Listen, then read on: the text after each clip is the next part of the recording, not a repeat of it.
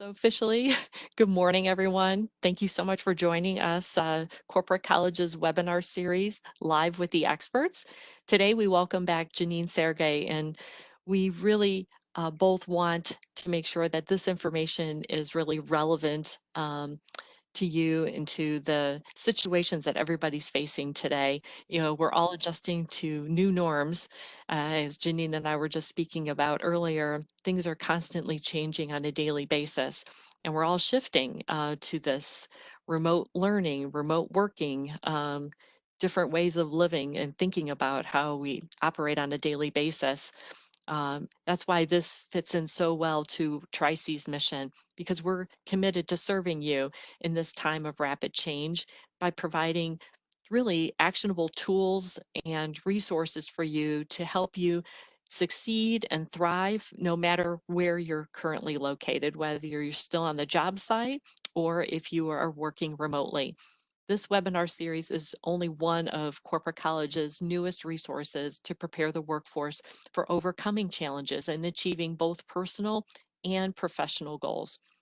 Our series is comprised of 4 themes, with today's session focusing on working remotely and how to really be your best self online.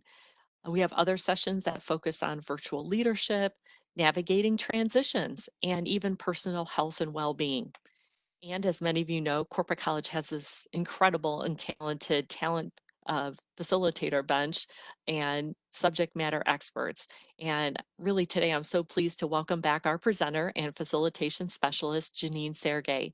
In addition to her role with Corporate College, Janine is a professor in strategy for Lake Forest Graduate School of Management and a senior course leader on strategy, leadership, and thinking skills with the American Management Association.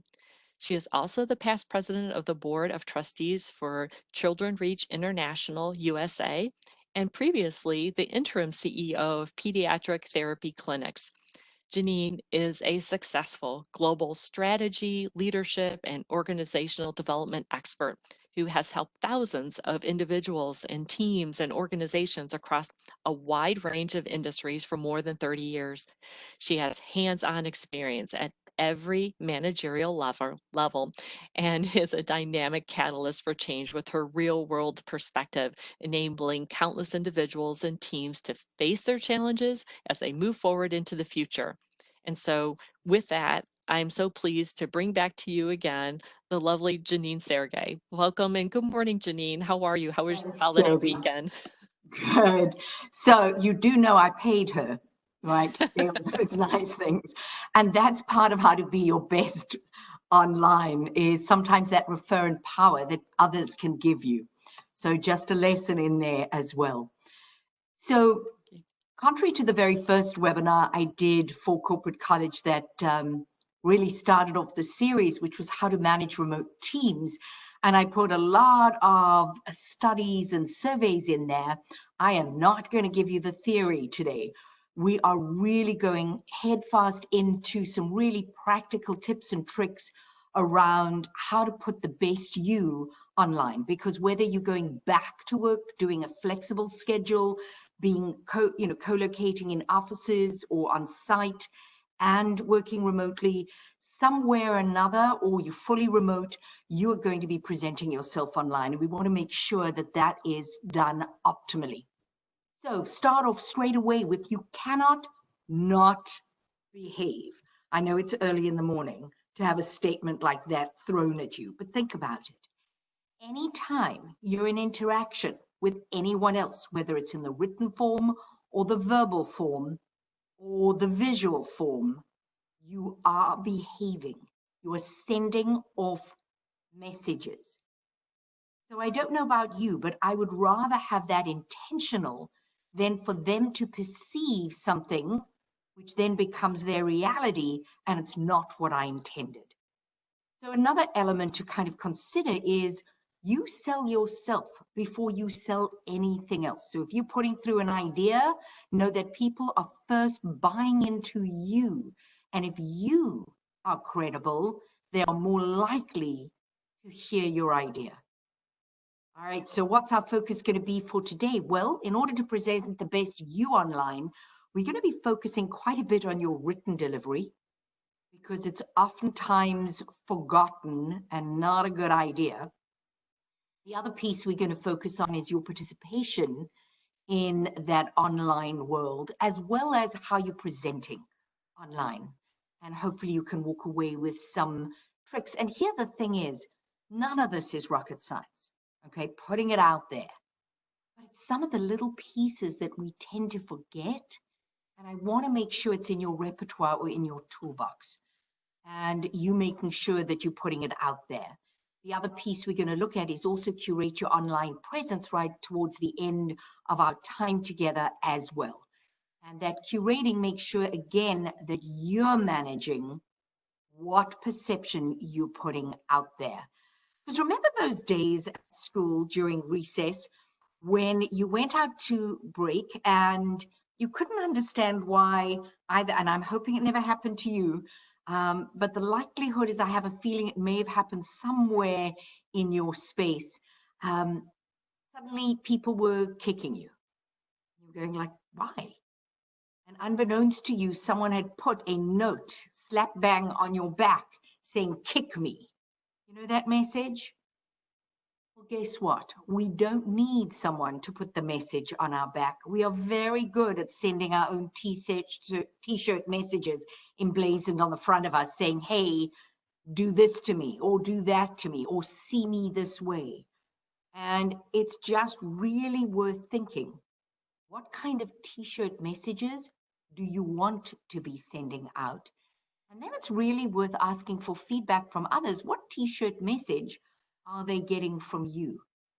And it's good sometimes to see if those two are aligned or not. And if they're not, it's not that the other person is wrong or other people. It's about saying, how can I align what I want to be sending out and what people are actually receiving from me? So it's a good exercise to actually do, and a fun one, by the way, to do around the table with your kids as well.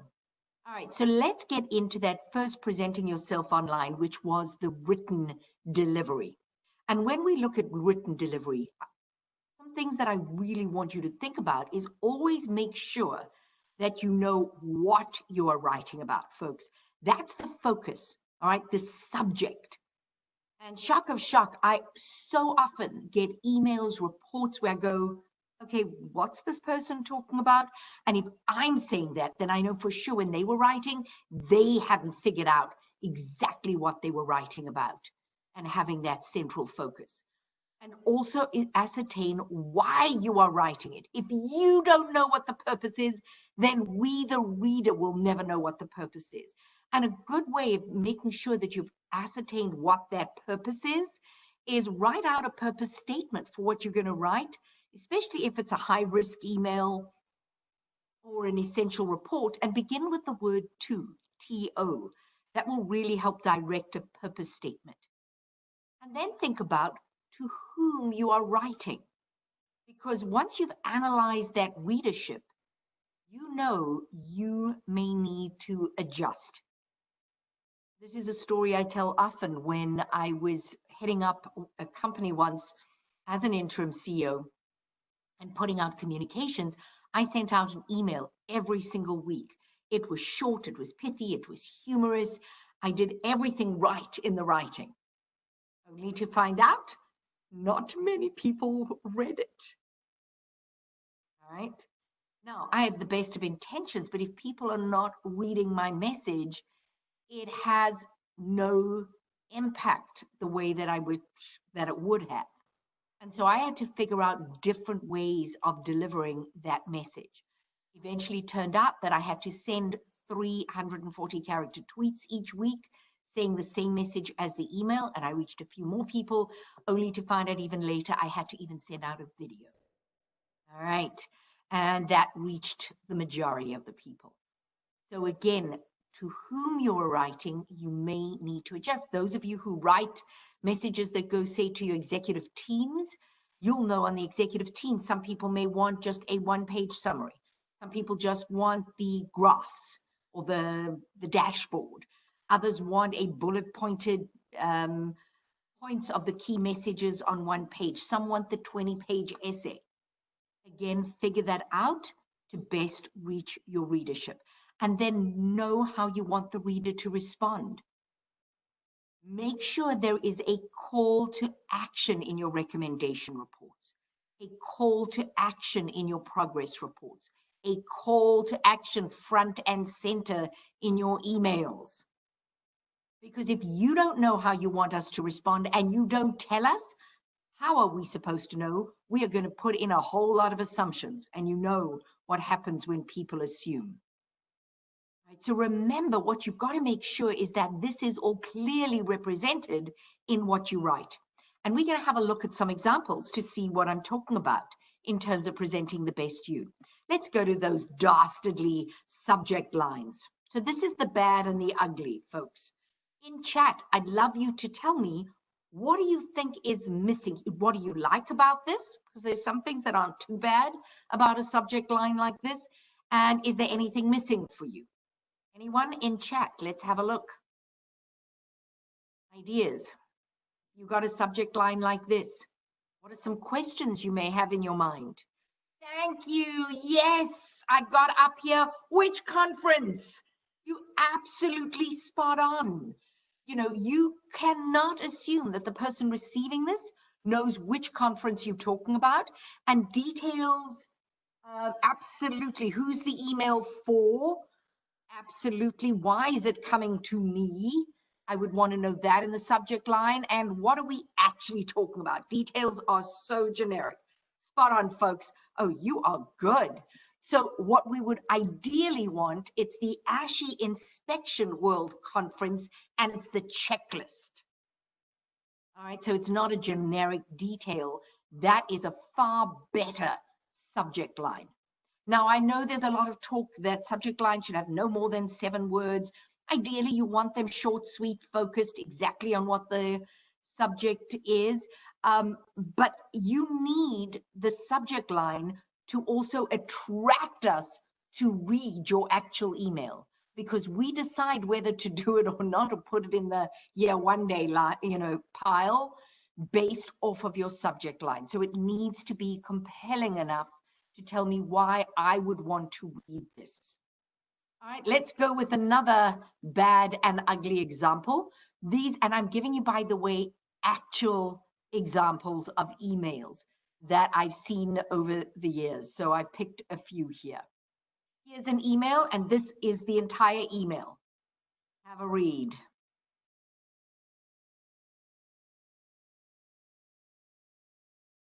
So I see, Michelle, you've added something else, which is this an FYI only, no action required, or action required? Absolutely.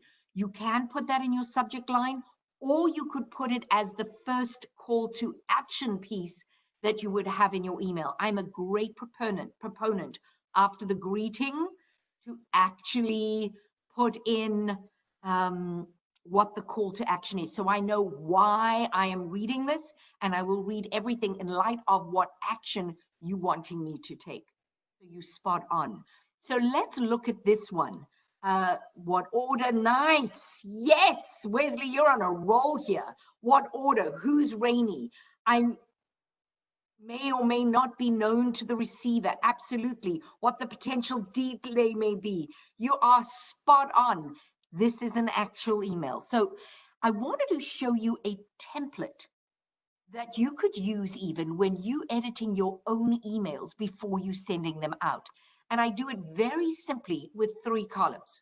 What did I actually include in this email? What's missing from this email? And what assumptions are being made? Because once I've established that, I'm going to be able to rewrite the email the correct way. So what is included is, yeah, okay, we know it's about the Rainy project. We don't know which of the projects, of course, that's missing on the other side. The people are concerned about the next order. Who are these people? Which people are we talking about? But that's the only bit of information there. What is missing, of course, is the which people, which project, which order specifically. So you can see, Wesley, you were so spot on. And it's not just order number 235768 Roman numeral 2.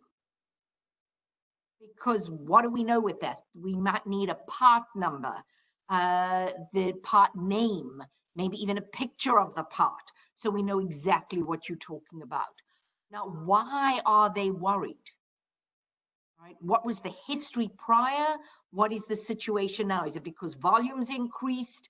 It's a different type of part they've never ordered from us before. There's natural disasters that may be in the making. Like what? Have we been derelict in our deliveries in the past? What's the case? And then what is the actual call to action? I hope all of you realized, can you do anything is not a call to action. It's a nothing. All right. So what assumptions are being made? That there's an actual problem, that I know what you're talking about, that I can do something about anything, and that I actually care. All right. So I may not even be the right person. So you can see immediately how you would need to change it. And if anybody, I see one of you are worried about what would be a call to action.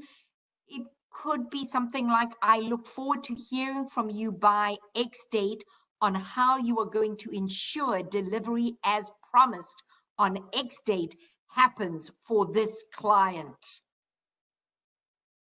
Bit wordy as a call to action. I was kind of thinking of that on the top of my head, but I think you get the picture. It has to be that detailed. Specifically, what are you looking for from me? All right, let me give you another bad example. So just in terms of project details, in this particular type of email, by the way, I would even put a table saying who the custom is, the key players' names, what role they play, the delivery date that was scheduled, the part, the name, the number, the volume involved, when we were going to send out shipping and to where, what the history has been, so why there may be a concern.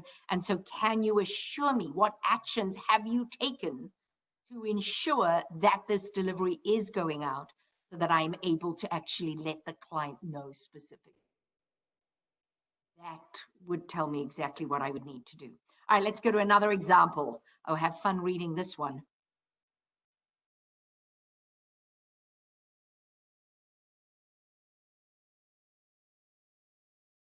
So I know a whole lot of you are still reading, but I am not waiting for you to read all of it, because guess what? This is the bad and the ugly. So what does the good look like? This is how we change it out. Can you see that you want that call to action right after the greeting? Absolutely, that people use abbreviations. Be very careful of what abbreviations you use. The RX marketing plan, hopefully that is the name of the marketing plan and not an abbreviation. And so here's the thing that you want to make sure, if you ever do use abbreviations, please write it out in full, and that POV absolutely is point of view, spot on. Thank you for that. And so when you look at that POV, if you're ever going to do something like that, and some of you would have looked at and said, what is a POV? Write it out in full. In parenthesis afterwards, you write it out as an abbreviation, and thereafter you can continue to use the abbreviation in that particular document. Point of view, I think, is not worth using at all in this sort of circumstance.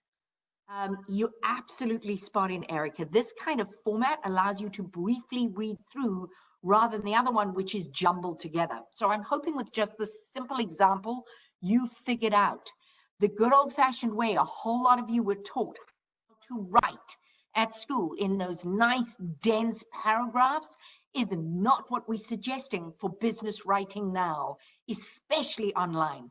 People scan and skip. All right, they do not read everything that you've written, and you want to be able to let them scan through. So bullet points make sense. All right, you'll notice I've done bullets a little differently here. The first run were bullets just of 3 questions that I wanted them to ask. And remember, don't shoot me. I didn't write the first email. I just reworked what they had. I don't like a whole lot of it. I would still rework this a whole lot. I don't like some of the content, but even keeping to their content, look how much better it is. And then you'll notice the next bulleted list, I numbered. The reason I did that, think carefully when you number bullets, because numbers have meaning. Now, if you've got the 3 ranked reasons why, put numbers. If there are 5 steps, put numbers. We have agenda items we're going to go through. There are 2 of them. Put numbers, and notice out of that dense paragraph, I even realized there were sub-bullets under them. All right. So people also ask me, should we use a greeting or not? Well, here's the thing. In terms of the etiquette book, you don't have to mention the person's name. You don't have to greet, but realize it changes the tone of your writing. And if you write across cultures, across countries, that's one of the difficulties a lot of countries have when they receive emails from America, is there are no greetings, and they find that incredibly rude. Now, even the Hi John is very much an American style writing. It's more casual, business casual, totally acceptable. But understand, in certain cultures, they would find that too casual. So again, it's kind of the mirroring you have to do depending on the culture that you're speaking to. I wanted to show you another difference. Oftentimes people speak to me. Oh, absolutely. You are spot on in terms of saying, could you ask what the required date is or time by when you want it? Absolutely. I was remiss in that. I think I should have added that too. Be careful. I see someone's also put in, you could use bold, italics, underlining, color, font changes. That can look like so much noise.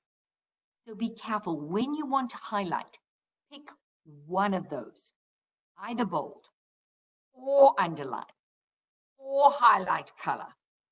Or, do you see where I'm going? But only use one consistently if you want to highlight. And be careful, if you're highlighting everything, then you haven't ascertained exactly how to put it out. It really is only for emphasis. All right. Now, one of the things that people complain about is I ask them 3 questions, they only answer 2. What's wrong with them? Or they only answer 1. So I actually, even with putting the questions like this will help people see the questions that have to be answered. I don't even take a chance like that. I often put in a table into my email. Please provide answers to the following questions. And I put the questions and I leave a space. The reason why, if people will then tend to send me back exactly this table with the pieces typed in, and when they will then visually see they've missed one of the questions. So it's just a little trick that I use. I use tables a lot. I use headings and bullet points in emails, again, so people can skip because they skip and they scan and skip, or skip and scan. I want to show the good and the bad and the ugly next to each other so you can see the difference. And you see on the right-hand side, we are assuming people can find what is key. And even if you use bold, it's still really hard to make sense of it. Because one of the things us as human beings really struggle to do is make connections, link data. And it's not a factor of intelligence at all. I was once working with a group of nuclear physicists, and the brain power in the room was phenomenal. Their ability to integrate, 0.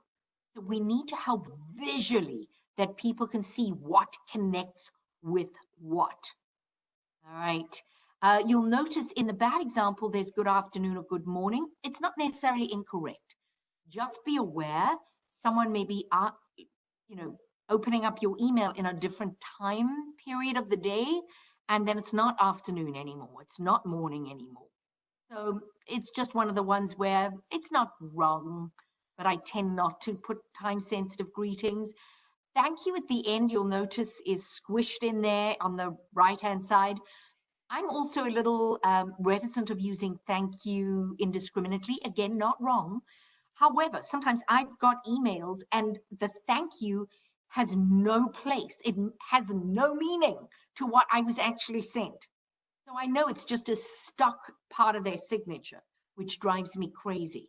So if you're going to use thank you, there must be meaning to it. And if you constantly use thank you, you know what happens. It can undermine the meaningfulness of your thank you-ness. All right, so I like to specifically say thank you for, and I'm very specific what I'm thanking someone for. Others, I don't say thank you. All right, now Want to say something else, though, in terms of emails, because I know a lot of people now working remotely are using emails for this purpose. If you want something, you want to ask something from someone, ask them in person, because an in-person request is more than 30% more successful than an emailed one. So here's the thing. What would you use for a closing versus a thank you? You can use a variety of things. In the more formal settings, if you had to begin something with a dear, and yes, for more formal, you can use dear, by the way, and their name. You would use sincerely, your sincerely, comma, remember, at the end. You can use truly, that's acceptable. You can use kind regards, best regards, you can use regards. You can, less formal, even more casual would be best wishes. Warm wishes is much, much more informal. Now, when I actually speak to clients, say in Germany, I'm much more formal with my sign-offs because that's more their style. Similarly, in Korea, I would do the same. Japan also even more so. So there are certain ways in which one signs off. Again, culturally, we don't have time to go through all of them, but hopefully it gives you some idea. But I really want to stress, please ask in person if possible. Now, this was, I know I said I'm not going to give a lot of theory, but I can't help myself just a little bit. This was research done by Science Direct.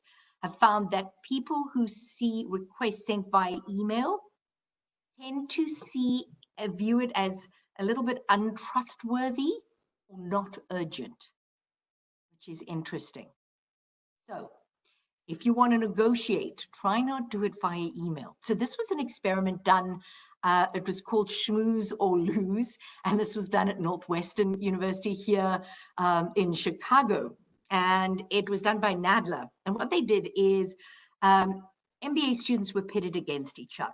Half were given only their counterpart's name and email, the people they had to reach out to negotiate with for something, and they only had their name and their email, and they had to work with that. And the other half was shown a photograph of the other person. They were told to talk about hobbies and job plans and all stuff like that. And guess what? Of the first group, and you would think these are now more highly skilled people who would get a deal done, 70% only got the deal done, whereas just shy of 100% got the deal done in the second group, who had all the details and could chat and chatted on phone and video with the other folk. So I know those of you who are shy of the videos in the remote working world, get used to it, folks. You need to put on your videos, and we'll speak to that when we look at participation. All right, so there is another aspect. We can write something, but have we translated the information so that it's understood by our reader? And obviously, one of you spoke to, and I think it was Wesley, your point, your abbreviations and your jargon. Be careful of that, of course. But you do need to figure out, what does the reader need to know actually? How many times I get this superfluous information thrown in as well? Pare it down. It is as important to decide what to leave in as what to leave out. All right, why is the information needed? Because that's going to help direct you. What does the reader already know? Okay, and if you've got a few readers and you're worried that some of them won't know, put the background or the history towards the end and reference that if you need to understand the situation a bit better, see below. So those who know don't have to go and wade through it to get to the real parts of the email or the document, and those who don't can go and look there. All right. What is their professional environment? Because you may need to shift the messaging. All right. Also, what role they play in the organization. I would shift the messaging. I would write differently to a CEO as I would to a worker on the line. And it's not because I'm disparaging one to the other. They're going to want to know different things. And even though it might be the same information, they might want to know it for different purposes. and they may take it in differently. So I will present it differently. And what obstacles might hinder the reader's ability to use or implement this information? That will also help inform how you need to format your work. And what concerns might the reader have about the document or information being presented? If any of you ever did debating at school, they would have taught you, work out your own argument and work out the opposing team's argument, and then bring it into how you and what you are saying. Same when you're doing your written deliveries. Think about what the concerns would be, address it in your document. All right, so let's get straight on to Grammarly, where art thou? Now, in terms of Grammarly, that, by the way, is a great free online tool that you can use in case you're worried about your sentence structure, if you're using words or tenses incorrectly. The free version of Grammarly picks up a lot of it, not all of it, but a whole lot. So if you ever need to quickly edit your work, it's great. They obviously don't pick up everything because they want you to take the more sophisticated versions so that you pay for it. But a lot of you will get away with just the free version. All right, so I want to show you some grammar. Read this one. Again, picked out of a document I got not so long ago. All right. And you'll see some problems here. What are some of the problems? Anyone figured it out? Missing the articles, folk. So I love this, Erica, where you say, who is the vendor? You're absolutely right. This is, we're going out of the email context, but you're absolutely spot on with that. Now I'm just looking at grammar. Okay, we're going to just pick up on that. And here it's missing the articles. And by the way, if English was not your mother tongue, it is so easy to miss out articles in writing. And that's how often we can pick up that you're not an English speaker. It's the a, an, or the. All right. And what we do is we need to use that before a noun to give us more information. All right. Now, don't even get me started. So today's supply is preferred over vendor. Interesting. Some companies actually distinguish between a supply and a vendor because there's a nuanced difference between those. And it's interesting that you're saying some are wanting one versus the other. So different companies will use it differently. You're spot on. So the other key piece, and we're not going to look at an example here, but I wanted to bring it up.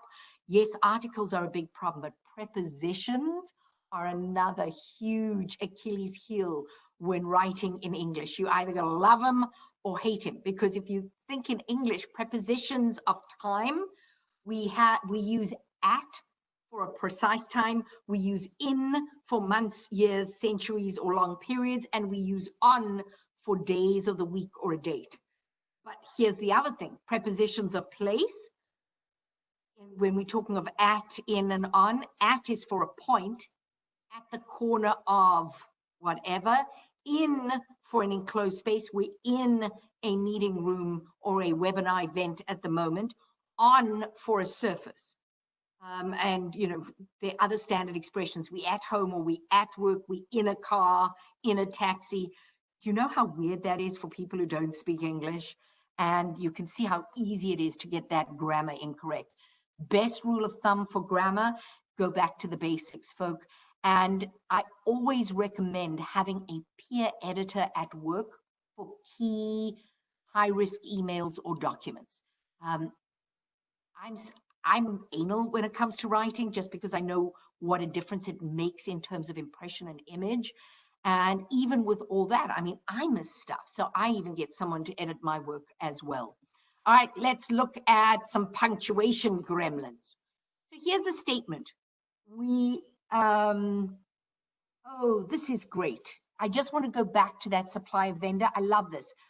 I want to read this specifically because I love what Wesley's put here. A relationship between two organizations could have many different types. You can have a partner, existing contract, no individuals on a person basis, non-disclosure agreement in place. You spot on, and that will determine the word usage that you're going to use.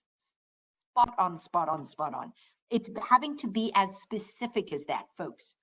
All right, so let's look at the punctuation, and we're going to have some fun primarily with commas, but with some other pieces here as well. So here's a statement: we order merchandise and sell products. If we look at the variation, depending on where we put the commas, it changes out the meaning. So we could have it just as is with the period at the end. We order merchandise and sell the products. That's two activities, folk. So if this was HR, you would have two process guides. One for ordering merchandise, one for how we sell the product.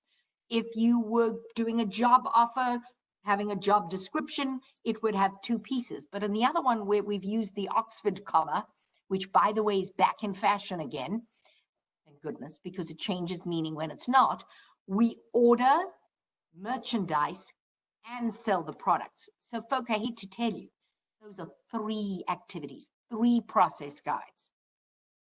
Three elements to your job description. It changes things out. Let's look at another one. Oh, this one could be a lawsuit waiting to happen if you get this one wrong. All right, look at the variation we get over here. All right, and let's go over here as well. Can you see the difference? Can you see how it actually changes out the meaning? Look at this one, different person this time even. Oh, I love this. You can see where the blame is going. It's all sales fault, right? With commas in, can you see what happens? Remember when you have two commas around a phrase, you take out that phrase, operations will lose the deal. So now it's operations fault, just by virtue of a comment. Some of you may say, oh, she's being ridiculous here. I can't remember if it was 2017 or 2000, I think it was maybe 2018 in the dairy industry. A company had to pay out millions because a comma was in the wrong place in one sentence and it changed out the meaning. It wasn't their intent, but it changed the meaning enough for a ruling to go against them. So don't mess with your commas. You need to know where to put them. It can change out what you're saying. So wordiness. Here's a statement I got out of another document I was sent the other day. All right, you read it, 25 words. I've reworded it for you. And guess what? I can take it down to 9 words, saying exactly the same thing. So what you want to do, find clauses beginning with that, who, or which, and see if they can be converted into a phrase or a single word. So for an example, the proposal that was submitted recently could be shortened to the recently submitted proposal. All right, you use adverbs instead. A phrase could be converted to single words or adjectives. The researcher with skills, the skilled researcher. There's so many ways. If you're having difficulty with having very dense paragraphs, big suggestion I can give you with wordiness. I'm going to show you some other examples in a moment, but a key thing that I learned was highlight key words in your paragraph and then get rid of the rest of the words and rewrite what you need to in a format for scan and skip. All right, if we look at wordiness, look at this one. Words that I got from emails I've received, changed it out to the way you want on the right-hand side, much shorter. That's really what you're saying. Notice something else that I've done with the bulleted list. When you look at the screen, where do your eyes tend to go? Left or right side of the screen? I've manipulated you to look on the right side. Why? I've done it with a color profile, by the way, but actually more so than even that. And Dwayne, you're absolutely right. It is to the right side. I have graded the bullets. All right, I've gone from longest to shortest. That helps our eyes scan writing. If you can remember when you learned how to read, if you've got kids who are learning how to read, the hardest thing is to actually our eyes to follow to the next line and to keep our comprehension in place. But if we have things graded, our eyes skip so much quicker. Again, we want scan and skip. We want them to go quickly. We want to aid comprehension, quicken the reading. We do that with graded bullet points. Let's look at another quick one. This is a text. All right, statement put out. Nice and dense, of course, got pertinent information. you want to see the information represented differently? In an infographic. I love infographic. One page gets all the message across. It has exactly the same information. How much easier is it this to take on? See them side by side. Text versus graphic. Folks, I hope you've all got creative. I wanted to show you some quick examples of how you can give a lot of information in one graphic format. All right, give you an idea. I wanted to show you this one because yes, it's giving you some key ideas. One, they've got the comma wrong here. I didn't correct the stuff. I just grabbed some. The difficulty with this one is they've done everything in capital letters. Capital letters have found through our studies to slow reading down and hamper comprehension. So if you're going to use capital letters in total, only use it for emphasis, or say what I've done in this presentation as the heading. So you always know this is the title of the slide, but the rest is not in all capital letters. Okay, it really does slow the reading. So what we want with written delivery, really write to influence folk. It's about the impact that you're making. And one of the key things you need to consider is what's the need that you're going to have fulfilled in your reader. Don't think it from your perspective. I need to tell them this. No. How's the reader? What's in it for me? That's the perspective you've got to consider for your reader. All right, let's move into the other piece in terms of presenting yourself online, which was around participation. I did want to bring up some pieces around meetings, folk. Please prepare for meetings. Not all of us are extroverts. And especially if you're an introvert, you need to process information, internalize it. Make sure you know what a meeting is about, what it's on, what role it is, what issues you're going to discuss. Formulate your questions, formulate inputs you want to make so that when you're on the meeting, you're not caught unawares and you can input in and you can be a full participant. You've got the documentation you need ready as well as backup with the data. That's going to help give you the confidence as well. Please input into the chat box because then people know you're participating, you're present, you care, you're engaged. It's key in terms of the perception that you're putting out there. Ask and answer questions as well. Have documents readily available. And if you're going to be asked to share in a meeting, make sure you've opened the document and you can minimize it. But then when they say share screen, you've closed out everything else and the documents you're going to have to share there and ready for you to click on. So no, everyone's not waiting for you to go and find it somewhere in your long list and see how bad your filing system is. All right, your folders are. And then contribute to brainstorming as well. And know where that mute and unmute button is, again, so you can participate quickly. People also are trying to search for that mute and unmute. And volunteer if you have collaboration rooms or breakout rooms in meetings. Volunteer to be the scribe sometimes. Volunteer to present. Again, making sure that you remain visible. Because if you're working remotely, it is very easy to lose you. Now, participation broader. Look and see in your organization, are there online forums that you could participate to or collaboration opportunities you can get involved in? In fact, especially now, where everything has had to go online, you could actually get involved in more things than you may have been able to do prior when you were on site.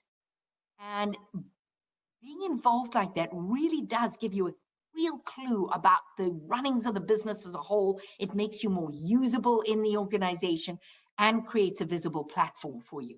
Highlight problems and opportunities. Don't always go for just problems. But with that, please make sure you put forward solutions or ideas or alternatives of how it could be addressed. Initiate sessions with other people. Don't wait to be called in. Start collaboration sessions yourself. Ask for help when needed, folks. Because, no one wants to see you dying alone at home. Right? Clarify expectations if you're given work. Don't agree to a flyby. Just do this. Well, what's this? Right? Get this done. Get what done? Make sure you get all the information you need so you're working on the right stuff in the right way. Do ask for feedback. Please don't forget to listen. and look for all the signs, not just the auditory listening, it's the visual listening as well. And please don't go radio silent. Out of sight is out of mind. So the other piece we need to speak to is presentations, folks. And the key thing I want to talk to, I know there's obviously some rules around presentation when you're doing it in person, but when you're doing it online, one thing I never want you to do is try to fill anyone else's shoes like your own. You've got to be your true self out there. Just be the best that you can be. So in terms of influencing through presentations, preparation is key as well as practice. Again, I told you, not rocket science, but the preparation is know your intent, do your audience analysis. We've spoken to this in terms of your written delivery, your content then that you need to include and how you're going to structure it, what behaviors you need to send out, what voice you need to be using in your delivery, and what word choice. You need to make sure you have an audience connection. That's absolutely key, and you're making the right impact. All right, so in terms of preparing your presentation, what is, shocker, right? What's the purpose of your presentation? What do you want your audience to think, to feel, and to do after they've heard your presentation? Because if you figured this out, you can translate this into your presentation. And you may ask, why all three? Quite simply, people don't just take action unless they're thinking a certain way and it's evoked some level of feeling for them. When we hook people's emotion, they're more likely to take action. All right. So you really need to distinguish between all these three. So I wish as a psychologist, I could say to you, hey, doesn't matter how you look. It's what's inside that counts. And yes, it does. Okay. I'm not shaking that. However, in business, how you look in your organizations is important too. So online, watch your camera angle and your framing. You'll notice how I've positioned my camera, and I'm not even isolating in place, and we're still in isolation in Chicago. So I don't have my webcam and stuff. But what I have done is I've actually placed my laptop on a actually camping emergency kit box.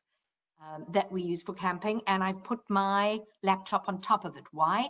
The camera is just slightly above me, looking down. It's always good for those of you who don't like your double chin shown. It gives you a better view.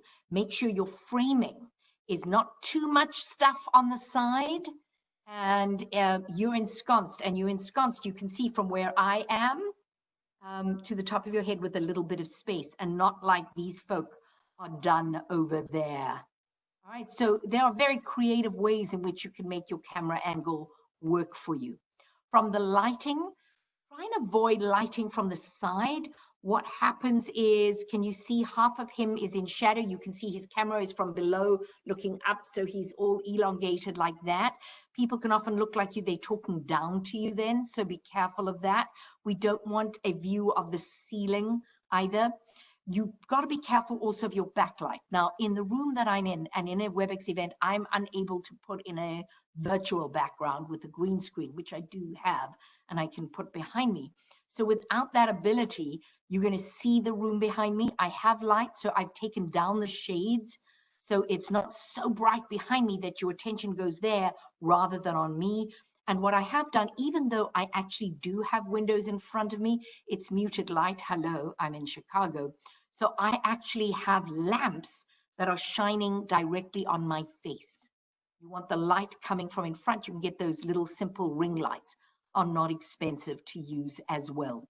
The other piece in terms of looking, oh boy, have I seen some doozies in this period of time of isolation. I know it's a badge of honor of how your beards are going, but please look well kept. We had a guy come on a meeting. I was having a meeting with a client, and a whole executive team was coming. It looked like he hadn't washed his hair in 2 weeks. He even mentioned as he came on, oh, I'm going to shower later. Like, seriously, that's the level of respect you're showing us? You could feel people's cringeworthiness going on in the meeting. So watch that. All right, just come in as you would present yourself. And remember, you only have to make this part of your body presentable. Just don't stand up because we don't want to see your underwear. We've all heard about those incidences as well. Be careful of your background because what's that saying about you? You know, that you've got your unemployed brother-in-law behind you as well. Watch that too. And how messy it is. I've seen some inappropriate things. People think they're so good. They've got their bookshelf behind them, and then they have some inappropriate books or statues or stuff behind them that shouldn't be for public consumption. Check what's behind you, please. Now, also remember, what do you say? Be simple, avoid jargon, be memorable, propel to action, stimulate dialogue, convey what's important. Now, in terms of what you say, dentists are very clever with this. You'll hear things that they'll say like, is this uncomfortable for you? Does that bother you? I need the number 12 nurse and the H. I'm going to remove this. You'll feel a little pressure and I'm going to do some repair. And you go, oh gosh, not my best visit to the dentist, right? You know what they're really saying? This is going to be bloody painful. Does that hurt? I need the blade nurse and the hatchet. I'm going to yank and pull. You're going to feel pain and I'm going to drill. I'm not so sure you'd stay in the chair. So the question I've got for you, are there any words that you need to repackage in your own line of work? All right, folk, don't forget in terms of how you sound. All right. Our voices online are crucial. And please also remember, in telecommunications, if any of you remember your physics, you know how the sound waves go like this? All right. In our telecommunications, the top and the bottom of the sound waves are actually cut off. So you don't always hear the nuances in our voice. You have to try a little bit more. Key things, if you know you're going to be presenting online, make sure you've hydrated really well, lots of water. By the way, the day before, you need to hydrate as well as the few hours before your presentation as well. That's going to help with the saliva in your mouth. The other piece that's really good, I always have little pieces of apple. Green apple's actually the best. You have little pieces and you eat them just before you speak. It also, again, helps to create moisture in the mouth. The other tip, you take your tip of your tongue, you put it to the back, right behind the ridge of your top teeth on your hard palate. Very gently move that tip of your tongue back along the hard palate. Don't choke yourself. Up until you get onto your soft palate, leave off your soft palate. I've just actually done it even while I'm talking to you. And guess what? I've just generated saliva into my mouth. So that's a quick trip. No one can see you do it, and you'll get saliva back in so you don't have that dry mouth feeling. Now, there are so many things we need to think about from the voice. We want to talk about voice modulation. That's the change of your voice, because that brings some interest in. If you didn't change your voice at all and spoke like this, you can imagine how you'd feel about this webinar by the time we finished, even though we spoke about how to present online. So, what are some things you can change? Well, you want to change your pitch.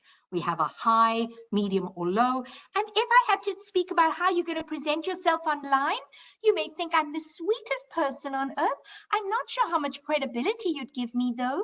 Now, depending on the length and the thickness of our vocal cords in our larynx, our voice box, we have a range of pitch, folks. So you want to be able to find that range and play with it a little. The lower pitches do imbue more confidence in your listeners. Do be aware of that. Now, pace, you want to be able to change your pace, go faster, go slower. That's got to be in light of what you're saying, as well as it's got your speech organs and how fast you can speak with it still being crisp and clear. That also dictates how fast you can speak. Also, culturally, I speak so much faster when I'm actually in person in New York. I speak much faster there with people who I'm doing work with than, say, if I'm in Georgia, I will speak a lot slower. And again, it's not because people think slower, but that's just the rhythm of speech. That's more likely there, and one tends to mirror where you are because that's the cadence that people hear. Volume, obviously, how loud or soft. Your pause is your stop of your voice, gives you time to think what you're going to say next. It also gives your audience time to take in what you've just heard. Pause is one of your key friends you've got to have in your back pocket to use. Inflection is the rise and the fall of the voice within the pitch. Now, you don't want to go sing-songy, but you do want to have some variation, folks. And emphasis is the extra stress or force you put on a word or a group of words to make the meaning clearer. And tone quality is either a hard tone quality or a soft tone quality. Again, depending on the nature of what you want to say. I don't appreciate what happened with. It's so wonderful to have you all here with me.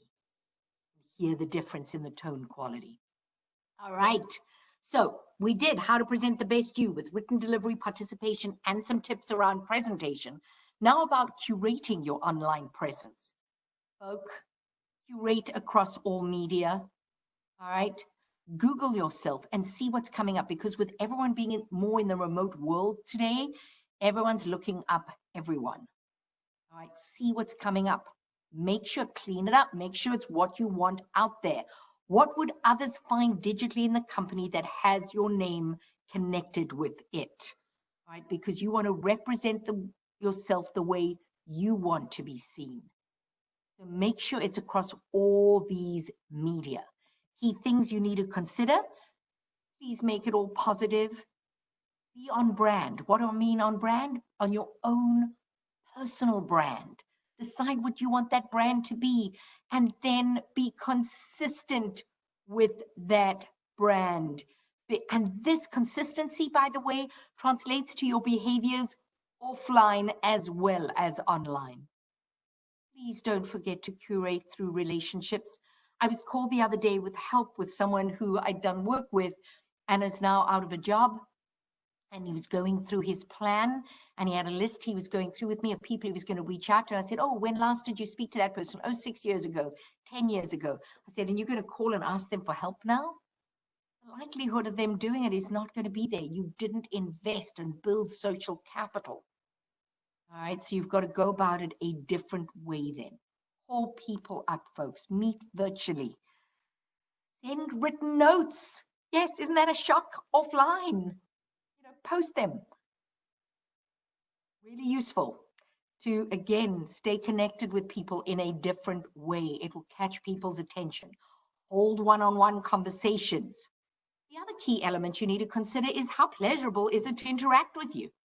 If you don't make it pleasurable for others, people are not want to going online with you. And folk, don't forget the collaboration. And that's about, are you meeting other people's needs while meeting your needs too? It's not about one versus the other. Both sets of needs need to be considered. Seek out common ground with other people. Come up with new ideas with others. Use positive statements. Search for solutions together. Don't go with the yes, but, I hear you, but statements. Change it. One simple word. Yes, and. Because that builds rather than breaks. All right, you want to stay connected with people. And primarily, you want to think this. Take your power. No one ever does anything to you that you don't want. And if they do, you choose how you respond. Our last freedom, as Viktor Frankl said in Man's Search for Meaning, and he, of all people, could have said this because he was a survivor of the Holocaust in Auschwitz. He says, you choose your attitude. And I remember reading this book as a 14-year-old, and I said, if he could say that, then I'm going to run my life like that. And I have ever since. We choose our attitude, folks. What are you sending out there? But don't forget to curate your results. Perform as promised. Report your progress. Show results. And if you've seen anything from what I've done with the written delivery and the presentation, make sure how you're sending the results are not text heavy. Make it interesting, graphic, show the results, show the impact, the strategic impact your results are having on the organization, and make sure you are showing the results to the right people in the right forum in the appropriate way. Visual is key. So I really want us to end with the thought of something that Sir Lawrence van der Post always said, a philosopher: no culture is without a story. And I couldn't agree with him more. And I very humbly add to this: no individual is without a story. So you really need to discover, grow, and share your story. Build your brand. The most important thing I could say to any of you folk is please be authentic. Just be the best you online or offline that you can be. And so from this particular session, decide on some actions you want to take. And those of you with the power to affect change throughout your company's organization, work out guidelines for employees to help them to be the best they can be online. Set them up for success. And for those of you not in those positions, don't forget to take some practical actions about this webinar and build your personal brand in the best possible way. I wanted us to be able to stop at the top of the hour. If any of you have questions, I'll remain behind as well. So Geraldine, over to you. Thank you, Janine. I do see a couple of questions, so we'll be staying on for a few more minutes. But I just want to say, wow, what a great way to really have us really better understand how important it is to present ourselves properly, just not only ourselves, but visually online. I took some cues there from you, Janine. Thank you. Digitally and emails, text versus graphics, all of that, really how it affects productivity. If you don't get someone to really understand or respond accordingly, did you really accomplish your goal? So, wow, thank you so much. And on behalf of Corporate College, we want to thank you, Janine, for being here. We want to thank everyone also for participating in today's session. Again, we really want to make sure that we help you overcome these challenges you might be facing online. Please go ahead and visit Corporate College's website, and you'll find virtual classroom learnings ranging from everything such as our Frontline Leadership Certificate Program, Lean Six Sigma, everything in project management as well, even our Patient Access Specialist Program. And please feel free to re-watch this session and share it with your friends. You'll find that on our Corporate College free webinar series page. You'll find a link there next to the title for today's session, and you can always stay up to date by following us on social media.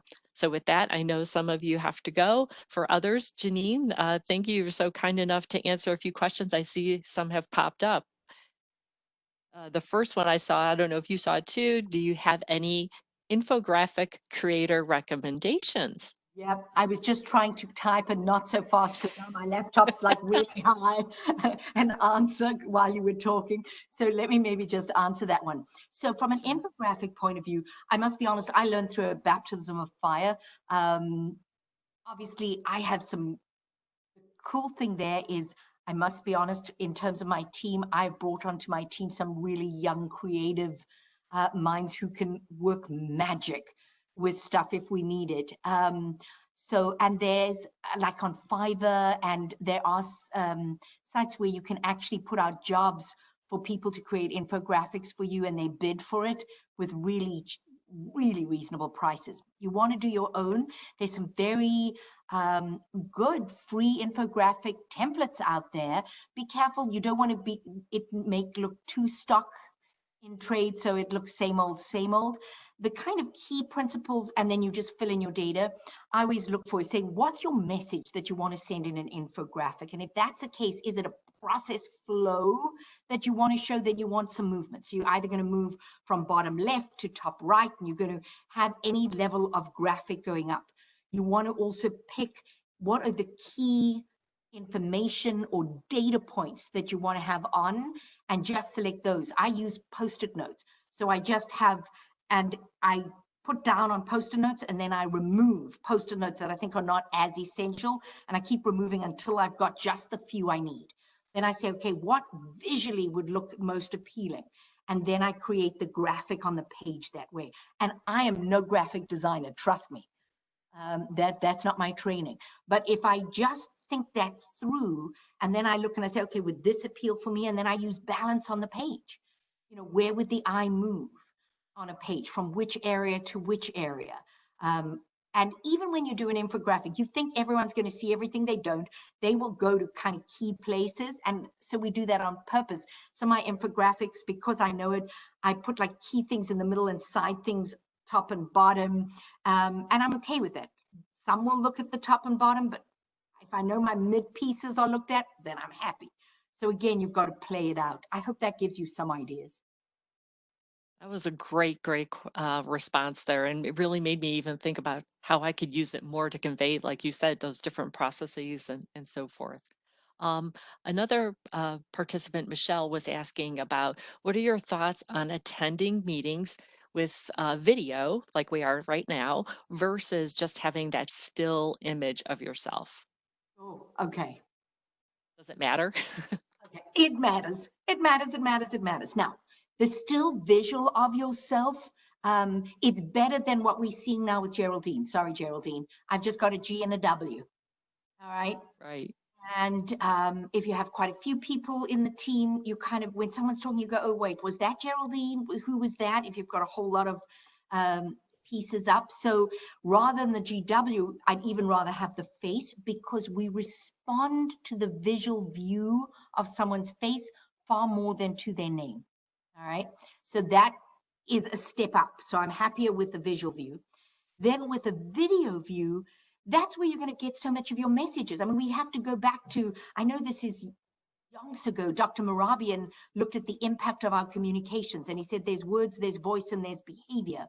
And 7% came across in terms of impact through words. He had 23% through our voice. And by the way, I've seen other research where it's gone up to as much as 38%. And the rest of it, that 70%, is behaviors. If we do not have our visual, how do we connect? So having the video on, in fact, in my meetings, I make it mandatory that everyone's video's got to go on. I would rather have people looking dastardly with their 3 months not having had a haircut online than not, to be honest. Because I can read the visual cues when I'm interacting with you. I can see the eyes rolling. I can see the blank faces. So I know then to change things out or not. We can connect. And if we go back to that research, even that I mentioned from Northwestern, where it is about how do you make the deals, it's usually when it's more in person. How do you influence someone to do something you need them to do? It's in person. They did the deal visually when they could see each other far more. That in and of itself should answer that question. Excellent. Um, Again, lots of great information. And we have one more. Geraldine, before that question, just one thing. On Yes. some of the platforms, and also because everyone's online at the moment and with their bandwidth and stuff, people's videos can go a little off. If that's the case and you've got a lot of people on your meeting, then you would, if you have too many people on your meeting, by the way, please put them into breakouts to work and then their videos can go on. You might want people's videos to go off. Their sound quality goes better then. And Mhm. then the person who is talking has to put their video on. And others can go video silent, as we say. That's Perfect. another Yes, because I option. know that becomes an issue where you're right with Yeah, bandwidth. yeah. So I just So wanted to to put us that out there. carrying that along, Derek has a question too about platforms. As there's WebEx, Zoom, Microsoft Teams. He was wondering, what system do you find works best with PowerPoint slides, and what system do you like the most? Oh boy. Okay, no one's paying me here. So I can't. Let me put it this way. Every platform has their pluses and their minuses. Let me put that out. Some are better in one way and others are better in another way. So I always say from a company point of view, you have to look and make your choices based on affordability, reach, security, cybersecurity issues that you may have, what you're going to use the platform for, the multi-usability of it. So it may be better for some purposes you have and less better for others. We know there are a whole lot of factors that have to go into that decision making. So depending on which platform you had, what I can rather say to you, rather than say which platform to use, is know the platform you're going to have to use. And in fact, we create a cheat sheet for the different platforms because it's in different places where you're going to interact with and stuff. Where do you, if you're a participant, Where do I find the annotation tools, the reaction tools, the feedback tools? Can I annotate in this platform or not? Can we see slides plus video? Some platforms you can, some platforms you can't. All right, so again, you need to know all of that and then have the cheat sheet of what button you press for what. And in fact, when we have people coming on to, say, training sessions or meetings, even I send them, we have two varieties. We send out a one-page cheat sheet of little buttons to press during the meeting that will be helpful for you. So they have their quick reference guide. And sometimes we even make a video of it that we send, just a quick 1 minute, 1.5 minute video to say how to navigate through this. So when you are a meeting participant, you can fully engage. Ideally, I've got to say just a few key things in terms of if I'm presenting. I like to have two screens.